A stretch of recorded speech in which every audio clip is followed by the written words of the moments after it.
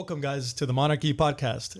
We have another episode today with B&M Law, and they concentrate mainly on real estate transactions and first party property insurance. And as usual, I have here my partner, Really? Yuly. Really? You can only Really? look. This happens because I have a Yuly and a Yuly, so it's Who was here first? Not? Yuly. Yeah. Well, actually, no, because Yuly I know from before. But yeah, so welcome once again. No, I'm not doing this again. We're getting started. And let's allow Kathy and Anika to introduce themselves as well. Thank you. Welcome. Thank you guys for having us. Anika with B&M Law Group. And like Edgar said, we do primarily first party. That's the bulk of our work, and real estate transactions. And I'm Kathy from B&M, and I do the same thing she does. First party real estate. Excellent. So is it only you two in the law firm, or are there other attorneys? It's just us two. We're founding. We actually opened the law firm last year in the middle of COVID, right smack in the middle. But I've been practicing first party for about 10 years. Actually, the end of this month, it'll be 10 years. Really? Yeah. On the plaintiff side? Plaintiff side only. Plaintiff side only? Yeah. Okay. And how? Same. What about you? I've only done plaintiff's work. I actually met Kathy while she was an attorney, and I was her law clerk. I've been practicing for 6 years. So that's how our romance story, if you will, got started. Gotcha. So that's how you guys met. You guys aren't friends from high school, since we were discussing. No, apparently I know Yuly since middle school. She doesn't I'm remember sorry. me. I guess I wasn't cool enough. Sorry. Okay. Oh my God. Well, you're cool now. So I'm going to go home and look for my yearbook. I'm like, oh, yes, that's I'm going to her. look it up and I'm going to send you a picture. Yeah, I'm like, I remember you. And they now. weren't gifted together, apparently. So they're the real smart Yeah. girls in the room. Right? You know? You weren't gifted? I was. Well, I mean, Hialeah, anybody can really be. Really? Hey. Were you Just in kidding, gifted? guys. Just kidding. Fighting No, I words. was not gifted. I actually, my mom made me do the test to see if, but I'm not. I'm not gifted. At least not in school. So today, like I said, this is kind of like an open format. We're not gonna get too serious unless we need to, but we do want to discuss some topics that are going on now. And I want to get started with that as far as the current legislation and, the bills that are being proposed. That's something that you guys are ready to give your opinions on. Definitely. We can. Yeah. So what do you think? How are these bills that are being proposed? First of all, what are the numbers of the bills? Like, it's Bill 71 and 503? I think it's It's SB SB. 76. 76 is one of And them then for sure. HB 301, 305, something. 305. Yeah, I feel like I should know these numbers because I'm getting constant emails They're on just them. terrible. So, I mean, why remember the numbers? Exactly. Is that what they called it, 305? Yeah. HB 305. That's what that crossed my mind. So there's the two bills. It seems like the one in the Senate, it's definitely the worst one for all of us. Yeah. The one in the House seems to be more of a compromise between the two. We don't know what's going to happen. I mean, I think they go up to vote in June.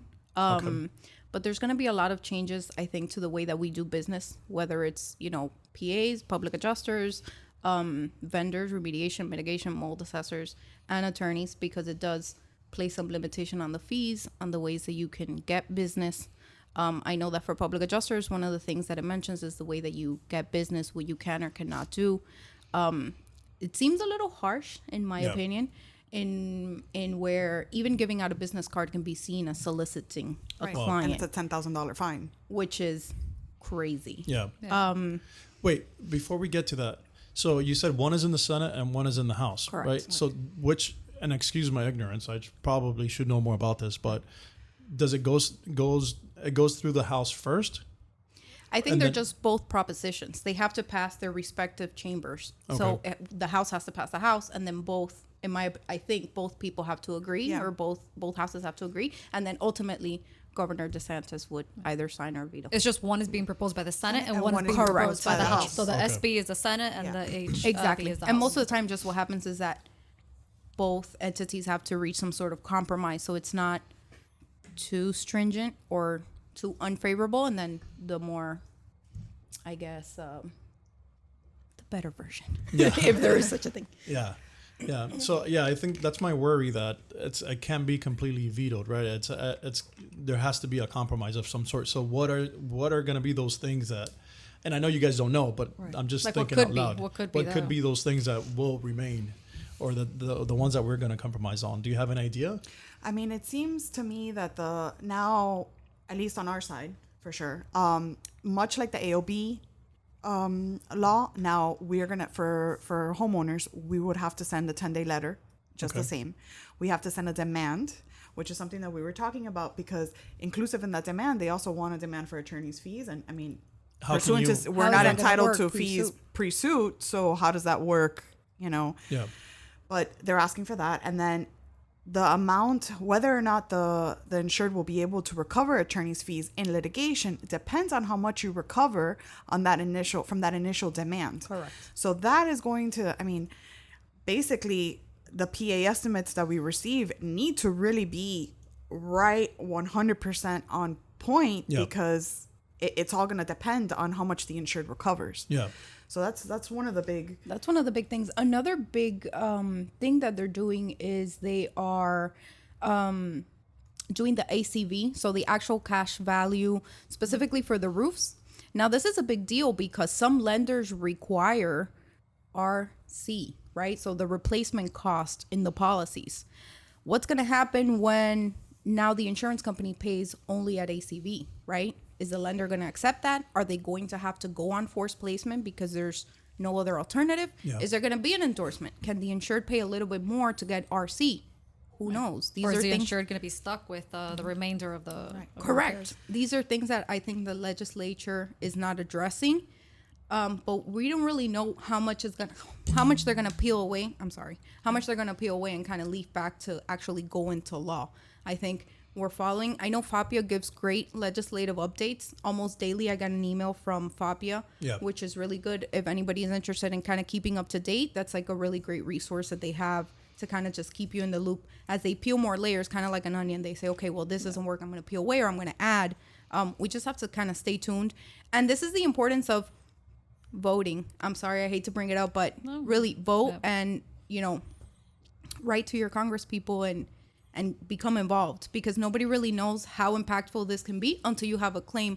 We've had clients that have had total losses in their home. These people have been completely affected. And yes, premiums are great. And, you know, agents will sometimes tell you, well, the premiums, it's just crazy. Yeah, but how about the people that have that kind of damage?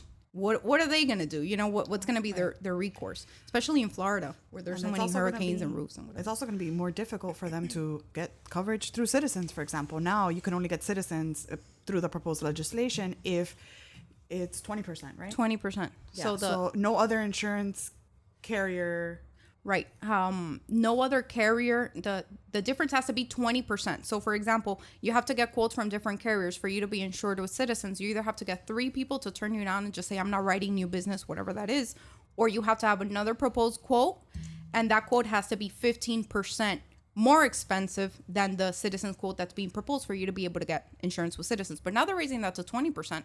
That's a big deal. And now also Citizens can raise their prices instead of 1% per year. They can raise it up to 15% per year. That's a huge spike. Yeah. And Citizens covers a lot of risk in Florida. So, and we have a lot more carriers leaving South Florida, you know, every day. So now you have less choices and. Yep. And it's going to force people to get less insurance ultimately, because if you can't afford the higher premium, you're going to have to get less in personal property coverage, less in, well, whatever your lender allows you to do, you know. Yeah. But if you don't have a mortgage company, maybe they won't be getting insurance anymore, because they're just making it more difficult for consumers to get insurance. Right. I think something important that I haven't really seen many people discuss is the fact that the insurance companies are addressing these like problems that they're having exposure. I'm stepping out of my realm here because I don't know for sure, but so they're taking away from the homeowners, right? Mm-hmm. Yes. Instead of figuring out like what is the problem that we need to fix in order for this to be a fair playing field. Yes. You know what I'm saying? Like instead of penalizing the homeowner for you having to pay out all these claims, like let's find what is causing this many claims. I think they're focusing more on these claims are costing me billions of dollars, right? Exactly. There's no denying that it's costing them money. But why not shift the focus and say, what do I have to do to prevent these claims for costing me billions of dollars? Perhaps I need to insurance carrier, hire more adjusters to properly adjust the claims faster, quicker, more efficiently, more effectively, without having to go into litigation and really litigate the claims that need to be litigated. Exactly. Right? Exactly. Because sometimes an insured has no alternative. You know, sometimes we get carriers that inspect and then nothing happens. We send Demand correspondence, letters. nothing happens. How long does an insured have to wait with their home in disrepair? But then they're surprised when, it goes to litigation. Correct. So I think the focus is, this is what's happening to us. Okay, cool. What are you doing to prevent this from happening to you? Right? I think you're Exactly. understaffed, you're overworked, but you're insuring in Florida. We get hit with a hurricane or bad weather or whatever it is every so often. So you guys would know this more than we do, especially because you work in North Florida, but how many hurricanes have we had in the past, 5 years? A lot, Yeah. Yeah. The panhandle Two has main gotten ones that, right, correct. that have cost a lot of damage and a lot of money in claims. And yeah, they're having these damages that's not up for debate, right? Yes, it's costing them money, but how can you prevent that from costing you money without affecting your insured? Because it's your insured too, Exactly. your client. Instead of helping them, they're making the insured, jump through more hoops. Exactly. And hoping that the insured, gets tired and settles for a nominal amount. But then even though they're paying the insured, crap, they still have to pay attorney's fees. Correct. And that is, like you guys said, litigation will always be there, but it should be for the claims that really need it. There's some claims that the insurance company should just pay out. And not Right. make the And I mean, think clients- about it. An insured could technically recover at trial and win trial and still have to pay the insurance company their attorney's fees. if this Depending go- on Yeah. what happens. But yes. And it's not just litigation fees. We see a lot of claims where they go to appraisal unnecessarily because the original field 100%. adjuster was completely unfair and unreasonable. So now they're incurring the additional expense of paying an appraiser, engineers, contractors, comparative umpire estimates, you fee. name it, all these things. I'm like, do they not see the possibility of saving, there instead of taking coverage away from the homeowner, another avenue of saving, expenses, not requiring the use of all these experts. At the end of the day, they have to settle anyway. And another thing that I've been seeing that increases litigation is a lot of policies have kind of eliminated the appraisal clause. Yep. Correct. So Yeah. now there's no provision for appraisal, or there is a provision which might as well not be a provision because they both parties have to agree, carrier and insured, and most of the time they don't agree. Correct. So you end up in litigation anyway, and then you have some attorney's fees that are Right. very high, which whatever it is, what it is, but And that's actually happened to us, I would say, recently in the last few months all the time. I mean, obviously, we want to get the insureds their claims settled and get them taken care of as much as possible, as early as possible and as quick as possible. So if we invoke appraisal and they reply and they say they don't agree and they're just not agreeing to But they know they're gonna go to Yeah, but litigation you're gonna anyway. get sued. You might as well go to Right, appraisal. exactly. It's cheaper. Yeah. That's what I don't understand. Those practices, I'm sure, make sense to them somehow, but it doesn't make sense to me. I don't know. yeah, I mean, listen, they have actuaries that sit there and they crunch numbers and they see what works, and they must have a rhyme or reason, or I don't know what they're thinking, but in my opinion, somebody's messing up. I Right, think but you're getting an email from an attorney. I understand, running that risk with someone just, regular Joe Schmo homeowner who's not represented. But you're getting an email from an attorney. You're going to get sued. Yeah. It's coming. And you we know? say it when we're trying to negotiate and trying to overturn denials. We let them know, hey, look, the insured intends on pursuing this claim one way or another. So either resolve it with us amicably, or you're gonna get sued. There's no instance in where we're gonna just drop this claim because you continue. We're to not deny. bluffing. Like, It is going to go to litigation, Right. and we're given that opportunity. We've actually been very successful at overturning denials, which then just make us question, why did they deny it in the first place? because how many people would have just sat there and said, I've had clients tell me, oh yes, I had a claim, like some sweet viejita, or older person. Oh yeah, I had a claim like 3 years ago, but they just denied it. I didn't do anything. A lot of people choose not to, or they don't know any better, whatever the case may be, and they just kind of sit on Or it. they hear litigation and they see themselves in a trial by jury, and they're like, no, I don't want to deal with that. Yeah, most cases don't make it to trial. And Yeah, but that's what people think, but when that's they think right. of litigation, they think they're personally battling against an insurance company. They're big, they're powerful, they have more money. There's no way I can do this, But they do it all the time. I mean, Kathy and I were talking today. We also handle sometimes claims for some of the mold remediation or, the assignment claims. And when we send those 10-day demands, I'm like, they replied that the claim is denied. Cool. But at some point, they're going to pay this mold invoice us for like $1,000. Why don't they just pay it to us now? There's no fees. Pay $1,000, or you're gonna pay $5,000 because you're gonna pay for the mold, and then you're gonna pay. But that's what I mean, I make my money by understand. suing you, so by all means, let me sue you. But I'm trying to come to an agreement with you. I'm trying to get my client paid so that we don't have to go that route, and we can save you the money. And then at the end of the day, it's all like a trickle effect. Maybe they're prideful. Maybe it's a matter of pride to But them. that's what I don't understand. Like, why don't you look into saving money in that area? Well, 'Cause some adjusters take it personally, I think. Yeah, they do. Well, on the insurance side, you mean, definitely. right? Yeah. Well, I take this super personal. I'm on this yeah, side we're very passionate. for our clients. Like, I write some emails that I mean, I'm not. I just Do you not hit that they're save great. to just, draft and then just then kind walk of like away? let it No. sit? He just hit send. Whale. No, I just drop it because it's just so frustrating, and I'm passionate about it. Like, I hate them taking advantage of our clients. Well, because for us, we have the insured. Oh my God, but and they're living in crappy situations Yeah. sometimes, but on their side, it's big bad wolf insurance carrier, And it's just a policy number to them. right, It's and nothing. they take it to like, I'm gonna deny this claim. Why are you gonna deny this claim? It's a perfectly Yeah. covered claim. Yeah. And most of those people that deny the claims have never been to the property because it's not the field adjuster, it's a desk examiner. desk So they examiner. have no connection or feelings at all of like that family or that home or the damages or anything. Not that they have to, include their feelings or whatever, but I'm saying like they have no association. They're like, no, it's just a policy number, a claim. I'm denying this one or approving that one. Insurance companies are necessary, right? But I think they just need to spend more money adjusting claim, maybe hiring more people so that they can take on, And other training. right, Or yes, more qualified. but it's very necessary because you shift the risk when you have insurance. Now you have somebody else that is going to pay, and you have options to go after them. You can sue, you can go to appraisal, you can hire a public adjuster. You have options. If you didn't have insurance, you have no options. Exactly. You have a roof claim, $40,000, pay for your roof. You have insurance, it's going to take you some time, more likely than not, but you'll get that money and you'll be able to repair your home. So Yeah. I do want to encourage everybody for getting insurance. Correct. Yeah, even if your mortgage is paid off, we always definitely, we advocate always. for that. Like, Yes. you work In a so state hard. like Florida, Yeah. you have to have insurance. I mean, Yeah.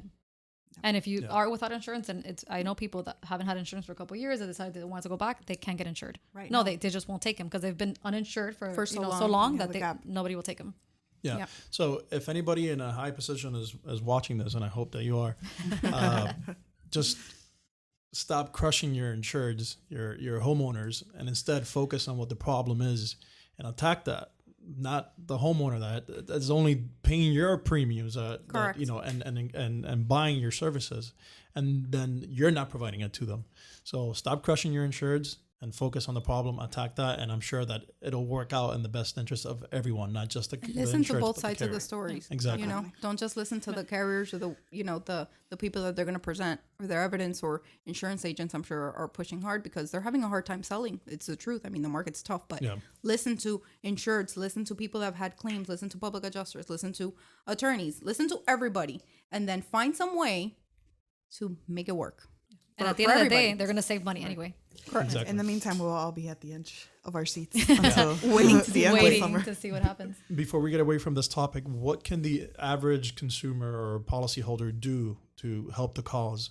Definitely call their elected officials. Correct. Call them. Is you it know? possible to email them as well? I think or- so. Most of them, yes, they have on their websites. I would assume, like And a even contact mail, us. like if you're older and you don't do Snail email, mail. snail mail, Yeah.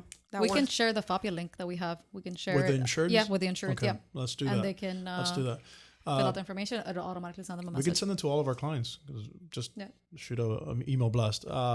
But more importantly, everyone needs to realize the importance of what's going on. Like you guys mentioned at the beginning, this will affect you. Maybe not immediately, but when you have a claim, you will feel the effects of these bills if they pass.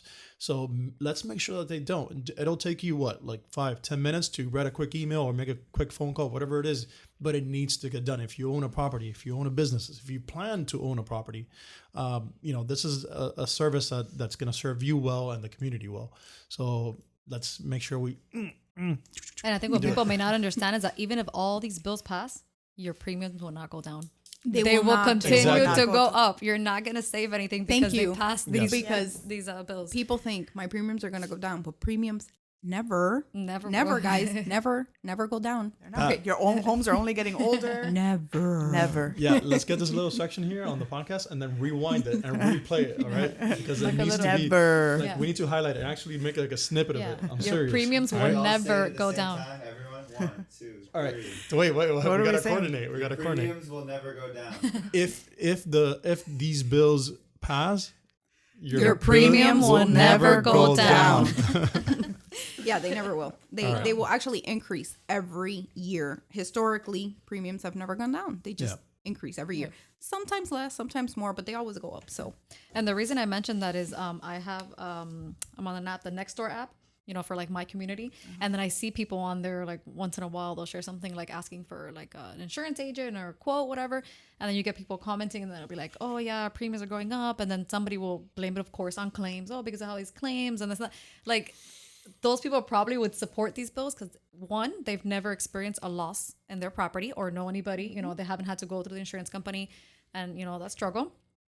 Or two, they wholeheartedly believe that, it's because public adjusters. It's because those people that, had a claim. But little do they know, like we just said, they may support those bills, but it's still going to affect them. The premiums are not going to go down. In an ideal world for the carriers, right? If they got rid of public adjusters or they got rid of litigation attorneys or that, all they're really doing, they can't get rid of the homeowners, rights, obviously, and their coverages, is promoting then loss consultants, to practice, unlicensed. Yeah, but no. That kind of Part of the bill now, loss consultants can also get fined. yeah. right. But But if they got rid of public, the homeowners have to have some sort. Although I know there's some states like what do we say, it was Alabama? Is That it don't- Alabama don't that don't allow. allow public adjusters? Yeah. I don't know if there's any other ones, but I know. Well, Lloyd's actually has now a provision in their policy that limits you from using a public adjuster. Yeah. I'm like, what in the world? Yeah, How they- can you limit, your We person's have right to one to contract? file. We're like, let's file it. Let's see where this goes. Let's see what I think there's going to be so much litigation on this because Florida prevents people from infringing on your right to contract. Like, you cannot limit my right to contract. I'm free to contract with a public adjuster should I want. Anyway, that would be my argument. Whether I prevail or not, I'll keep you guys posted. No, But you they will. do. You will. But We- that's my we fought argument. those I already, mean, it's so- Yeah, ridiculous. we've had some of You those.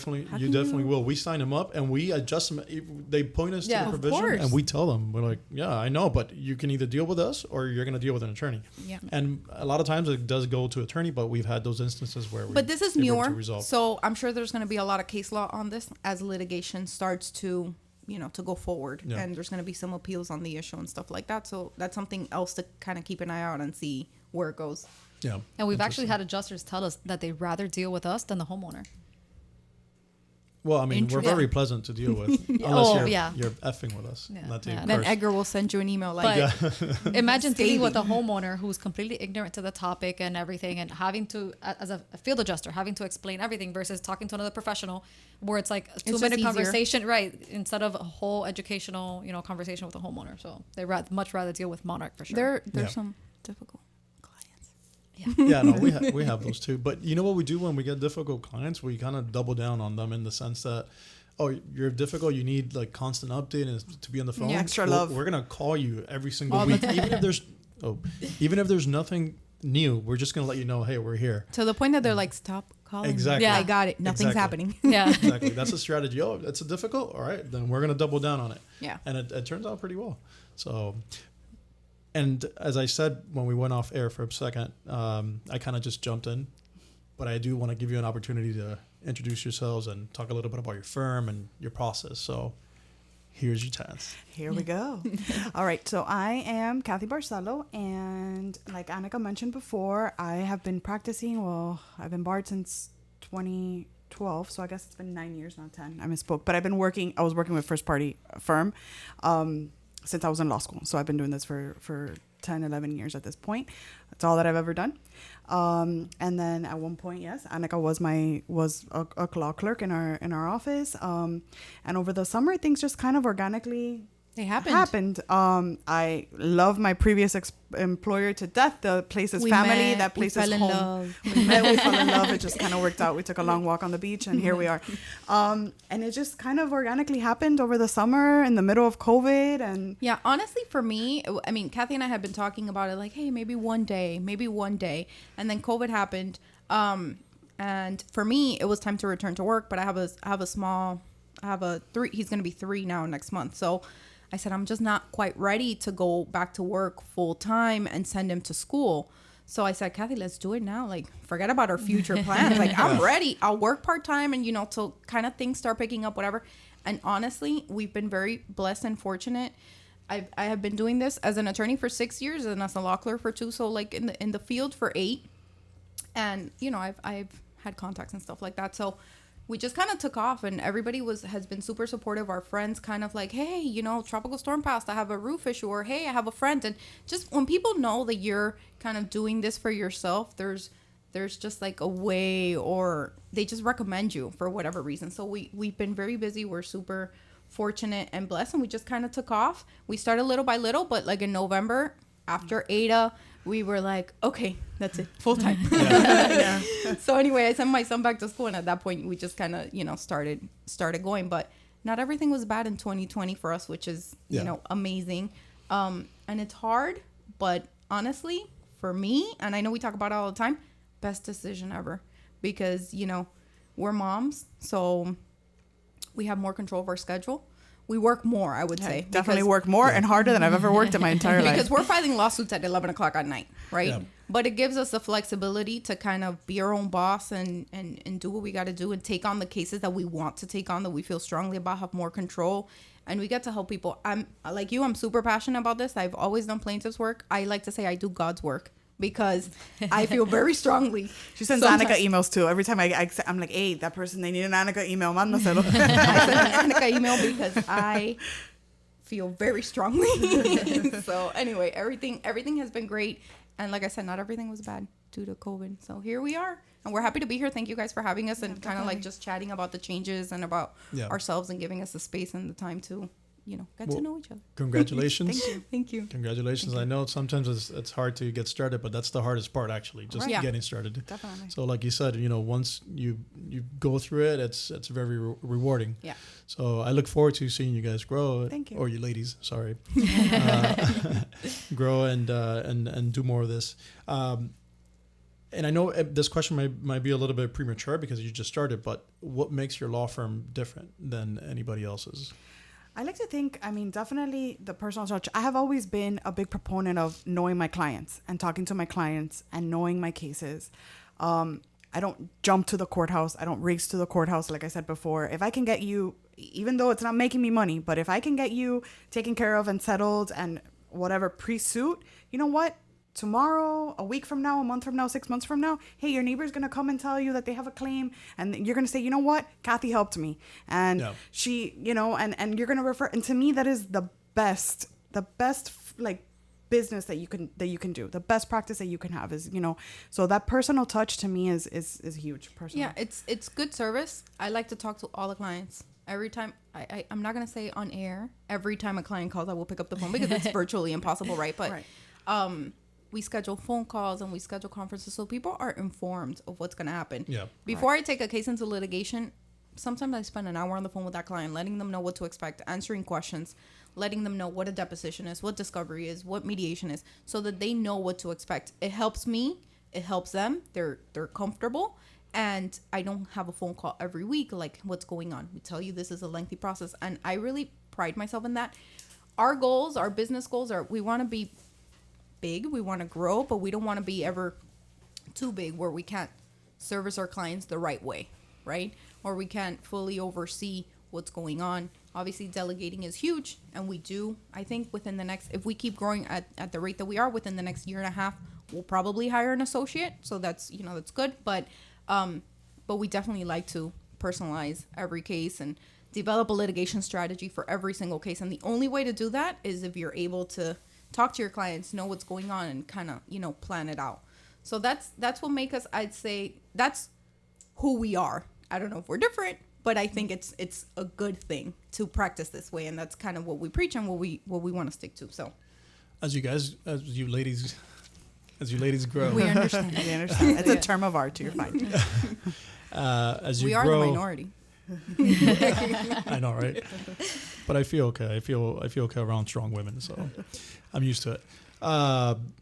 So one of my biggest struggles as Monarch grows is that maintaining the same quality at a larger scale.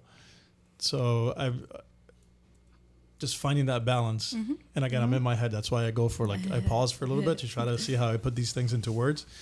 And I'm sure you'll find the same, but just making sure that quality is there all the time. It's really, really tough. Making sure that you always have that balance of growth and quality at the same time. Right. So just my advice to you is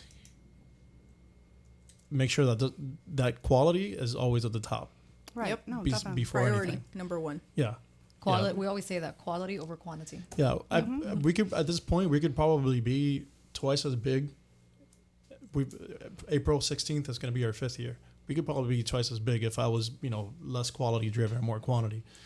But it's just, it doesn't go well with me when I see that we're doing a bad job. You only get one first impression Exactly. and one reputation. So it's Exactly. important to take care of And it. you'd be set, honestly, what we see on our end, sometimes, like you, I'm trying to, Watch your words. Okay, when you focus on quality, you're able to really prepare your claim. As a public adjuster, my advice to a public adjuster would be prepare every single claim like if it's going to be litigated. Yep. right. Yeah. If you do that, you're going to either settle pre-suit, more likely than not, go in appraisal and be fine. But if you do end up in litigation, that claim is good to go. Well documented, pictures, conversations, whatever it is that you need to do pre-suit.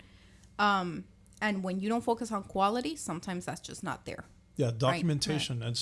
And not just documenting the major points of the claim. Just everything. every Everything. single Every little conversation, thing. every single Complying transaction. with every request. Correct. We were talking about that earlier, how important it is for the attorneys to have a full understanding of the claim. case, of the Correct. claim, not just sending over, a file without maybe having a conversation. What do you guys think? Is that something that's having a necessary. conversation? It's definitely I think. Mm. necessary. Yeah. Because I don't want to call that client and not know and be like, oh, Edgar sent me this file and I see here that you had a roof leak. Tell me what happened. I like to be able to tell my client, hey, you know what? I see that, you had a roof leak in your master bedroom and this happened and you had to do this. Talk to me a little bit about what happened. It's important to know. More importantly, the angle that we're attacking. Of course. Because if it's a roof leak, but let's say, it's a policy that covers roof leaks. And in this case, we're not claiming the roof, right? Right. But the attorney doesn't know that. And they may think, oh, there's no opening here, so I have to Right. fight the whole no opening when we're just focusing on the interior, not necessarily the roof or something like that, Yeah. So it's important to be, we're going to start implementing that where Yeah. the PA has a conversation with the attorney to discuss the specific angle that we're attacking with this claim. So I think, And also on that note, so that we can also know and we can explain it to the client, because maybe the client thinks that the roof is being claimed and being Yeah. covered. And, it's important for us to explain to them, hey, we're about to start this process. But you know what? Remember, the roof is not part of the deal. It's just good communication. And you guys are the eyes and ears on the field, right? So correct. you inspected the property, you took the pictures, you did the scope of damage, whatever the case, might be. We don't know that. We see paper, right? We get a Exactly. paper file. Yeah. So it's very important to kind of know what transpired, any conversations that could have gone on with any desk adjuster or a field adjuster or anything like that, so that we're better able to serve the client. Otherwise, it's the client that we're giving a disservice to the client. Yeah. If the claim is not properly prepared pre-suit, we're setting the client up for And the client may failure. not know all those details because they're Correct. not behind the scenes. Like, we are documenting everything. They're not having those Exactly. conversations with carriers. We are. I Exactly. always say a claim is like a story. I've always viewed it that way. It's kind of like a story, especially like if you're reviewing a claim or you take over a claim. It's like you got to go back to the beginning and see everything that happened. And you guys are the experts. Clients hire you guys to kind of adjust because they don't know what they're doing, So it's very important.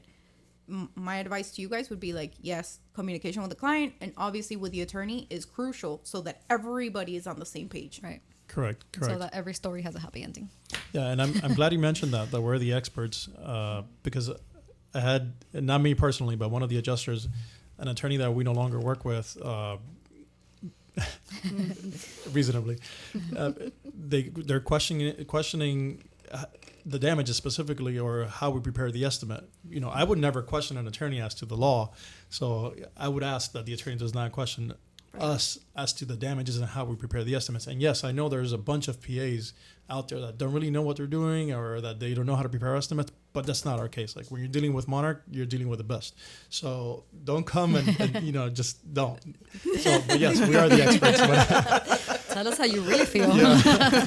so I'm glad that you guys know It's normal that to have boundary. questions from an attorney's perspective. It's normal to have questions sometimes on the estimates. Correct. You know, Yeah, but to sometimes say that's like, oh, that's not worth that much. It's like,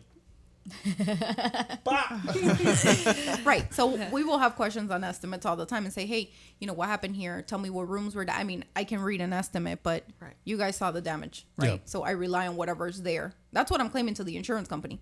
Whatever is on that estimate, Yeah. because you guys are the experts, Yeah. right?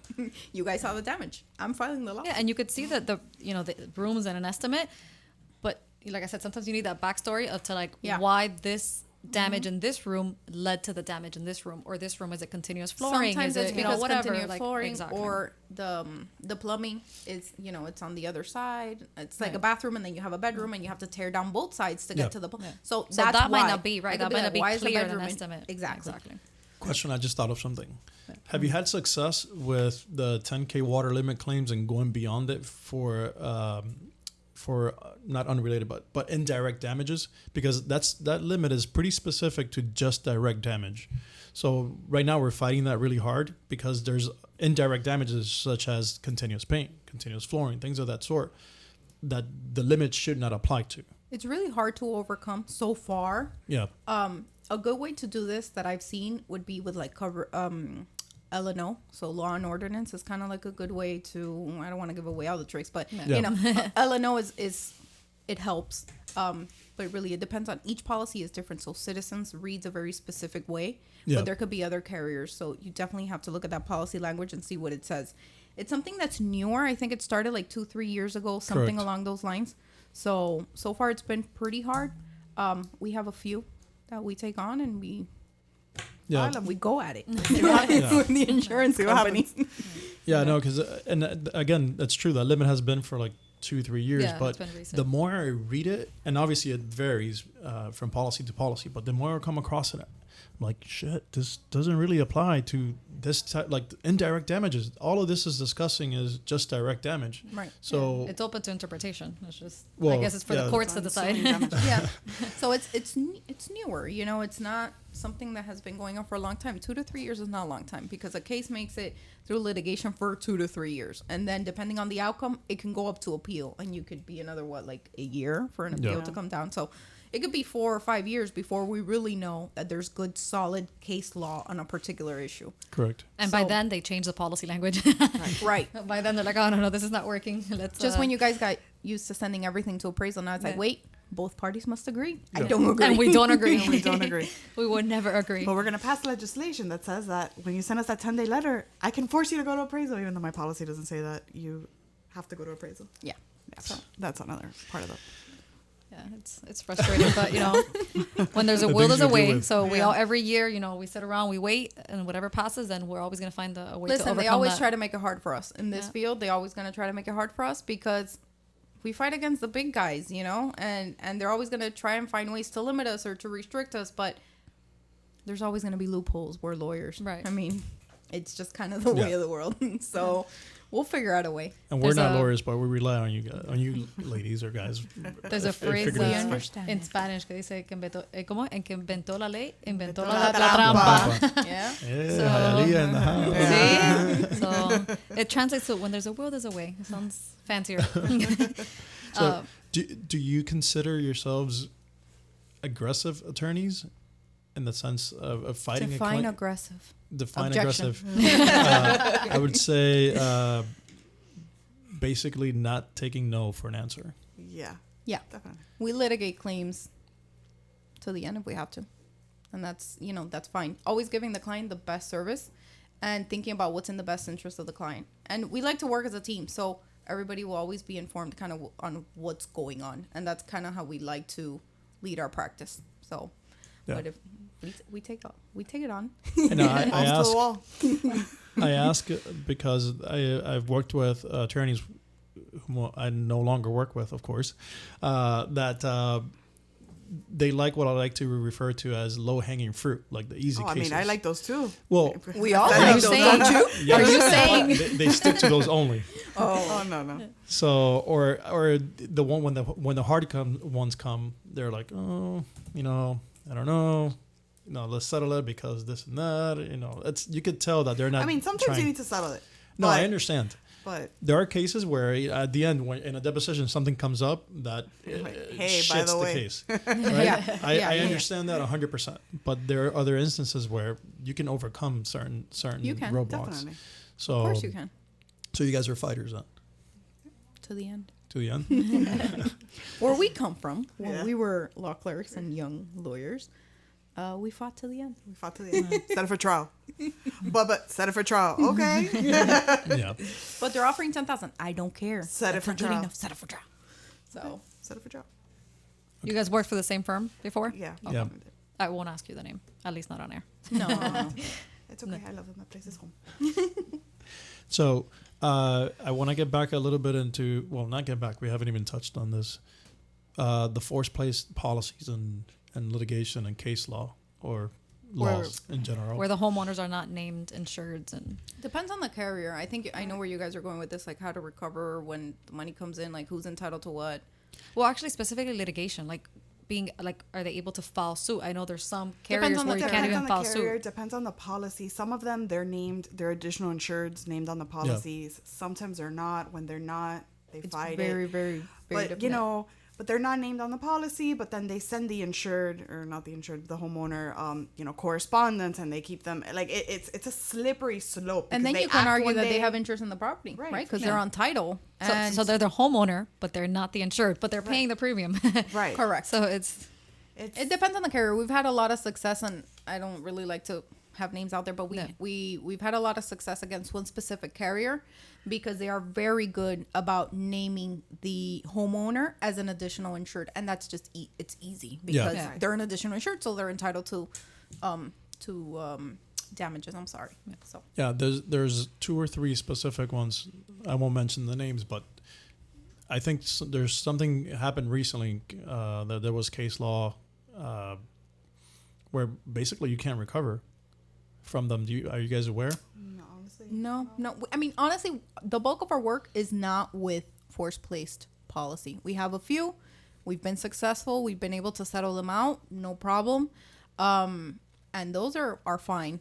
We haven't really run into a lot of issues with, with a forced place where the insured wasn't entitled to anything. Because quite frankly, I mean, you guys have more volume in terms. When it comes to us, you've exhausted everything that you possibly can do. You've done absolutely everything, and then we get involved. So our workload is a lot less. I'm sure you guys see a lot more than we do. But the ones that we have so far, we've been Able to settle. Yeah. Good on, I think yeah. that's all. After this, we'll discuss the companies and then yeah. we'll see if it's the ones that we're struggling with. Yeah. The ones we've had issues with are the ones that the client or the homeowner is not an additional named course. insured, because then they want the mortgage company to Those sign. are the hard ones. Yeah, Yeah. yeah, those are. And the mortgage companies will fight you. And sometimes in litigation, where I've seen that one from my prior life, even the bank's attorney won't even concede to your client having an interest. And it's just... Imagine getting like Wells Fargo to sign, or Right. Chase. Mr. Chase has I to know. sign Right, that and- contract. yeah. How do you get in contact Big with that lenders person? are impossible. Like if you have a smaller bank, Yeah, maybe. they're easier. But they're usually easier the to deal. lender placed are going to be the bigger banks. Right. Well, and to the point that I was trying to make about fighting or like going, the full length, I don't handle claims anymore, just because I'm like involved with the operation, the business, and stuff like that. But I have personally gotten involved in a few of these cases to try to get the lender to basically come in on the claim.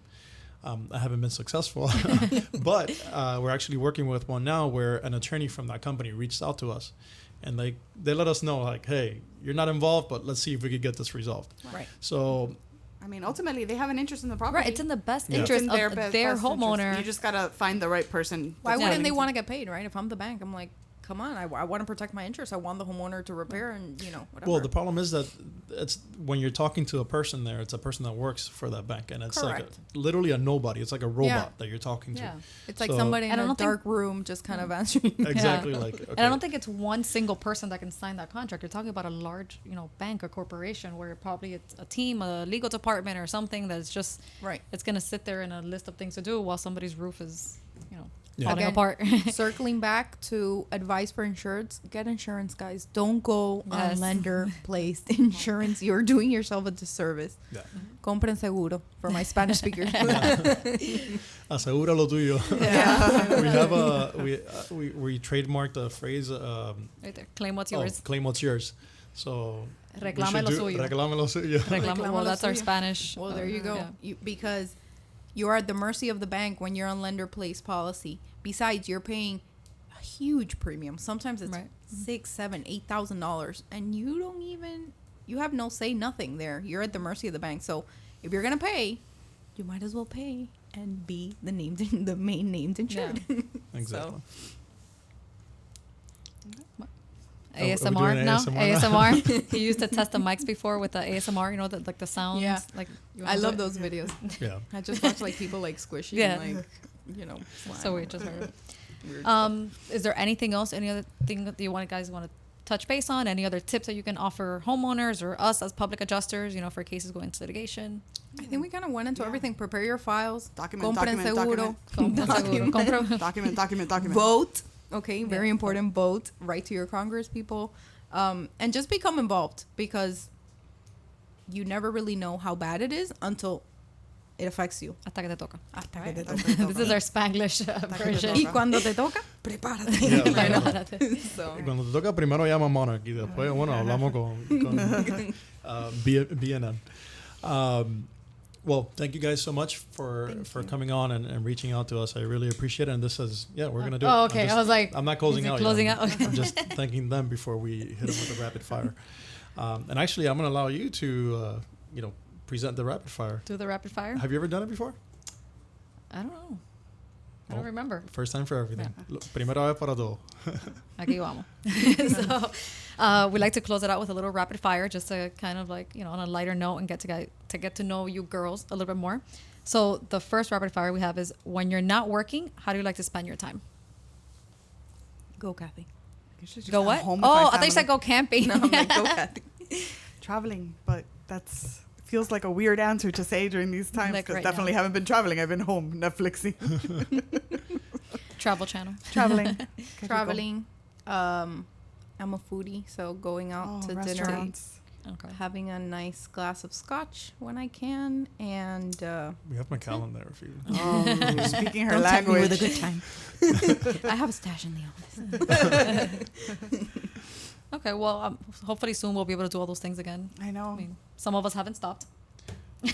Homie with a tan over here. Hawaiian tan, by the way. Well, we're vaccinated, so hopefully we can soon. Yeah, I think in a few months. We're immune. We're immune because there you go. So. Yeah, let's not get into the topic let's not go there, but whatever. Yeah. Vaccines and okay. What does success mean to you? Happiness. Definitely. Good life balance. I think That's if an you're able one. to be present for your family and be successful professionally, what more can you ask for, right? Yeah. For me. I agree with Kathy. Happiness. That's like rapid. That's the rapid answer. Rapid answer. Fire. Happiness. Do you guys prefer texting or talking? Depends on what we're talking about. Or depends who's Text calling. me. I have like 300 unread voicemails on my phone. Just text me. Text is good for quick, Text fast me. things. I like texting. But if I'm going to have a lengthy conversation, llámame. Yeah. I can have lengthy conversations too. Or voice memos. Me too. Text me. Oh no, I hate voice memos. Text me. Somebody would text me and then they call me and I don't answer. I'm like, why are you calling me? We're already texting. Like, I don't need to talk to you. Send me a voice memo. What do you think is the best age? And it doesn't have to be an exact number. It could be, I don't know, a decade or a range. Like, what do you think? You know what? I think the 30s maybe because that's where I am at right now. But you know, the 20s, you're so, when you're less than 20, you're too naive. The 20s, you're still partying. I feel like now is a good age, you know, kind of settle down. I think You have between 30 a little and bit of 50. experience, just enough. And still some youth. Yeah. Right, you're still kind of young and kind of cool. Not really. And hopefully you're coming into your finances. So you're, Right, you know, yeah. you're good. You can travel. You can give yourselves all Yeah. of life's you can little afford the house pleasures. and the car and the Right. You know. And when you're 20, you're, come on. All right, and last one: flights or road trips? You guys Flights. Flights. Point A to point B. I don't even cruise. I didn't cruise before COVID. I will certainly not cruise now. Oh, I like Flights. cruises. I loved cruises. love I miss cruises, but I would Cruises are not fun. get on anytime soon. Absolutely so. not. But cruises are fun. No. It's like a booze cruise. I like to. Boop, boop. Especially with kids, it's like Right? Yeah. Road trip the with a airport, kid? Are you crazy? Or the airport Put with me on a a kid plane. in the stroller. You get to the ship, you're on vacation. That's it. Kids club. Yeah, but then you have to be careful because they could, fall over. And the kids Flying. club. these are the things I think about when I go on a cruise with the kids. No, they're in the kids club. What are you talking about? You can do so much more. If they let him out, that's their responsibility. You can No, cover not so the much whole more ground time, on a but- plane. Just 8-hour trip, land in Spain, and then 3 weeks yeah. there. Like, Spain. I know. It is. I love Spain. Remember those days? Right. Yeah. I have family there, so they have an actual. They have a beach bar where the U.S. naval base is off in the Oh, south nice. of Spain. So it's a great time whenever I go I can there. imagine. Well, hopefully soon we'll Yes. resume back to. For Yeah, sure. as soon as they open up, Normalcy. I'm like, Dale. Why not? You gotta have your vaccination card. what? He's immune. No, No. but you need to get a 3 months after. Yeah, that's it's a whole a- other conversation. For Hawaii. I needed. I'm over the 3 months, like slightly over, so I had to get like tested several times. to make sure that you still had the antibodies. Yeah. Well, no, to make sure I'm negative. You're negative. Okay. Yeah. Correct. So, but yeah, All right. So we'll end it with that. Thank you, ladies, so much for Thank you guys joining for us. having us. It was fun. yeah, it was interesting. Thank you guys so much. I appreciate it. Thank you guys for having us. Thank you. And like I always say at the end of these interesting, very, very interesting podcasts, please make sure to like, follow, and more importantly, comment. I want to know what you guys have to say. If you have any recommendations, if you think we could do this better, and if you've learned something, please let us know. And share it too. Share it with your friends, your family, on your Instagram, social media, wherever you can. It would really, really help us. And I will see you on the next one.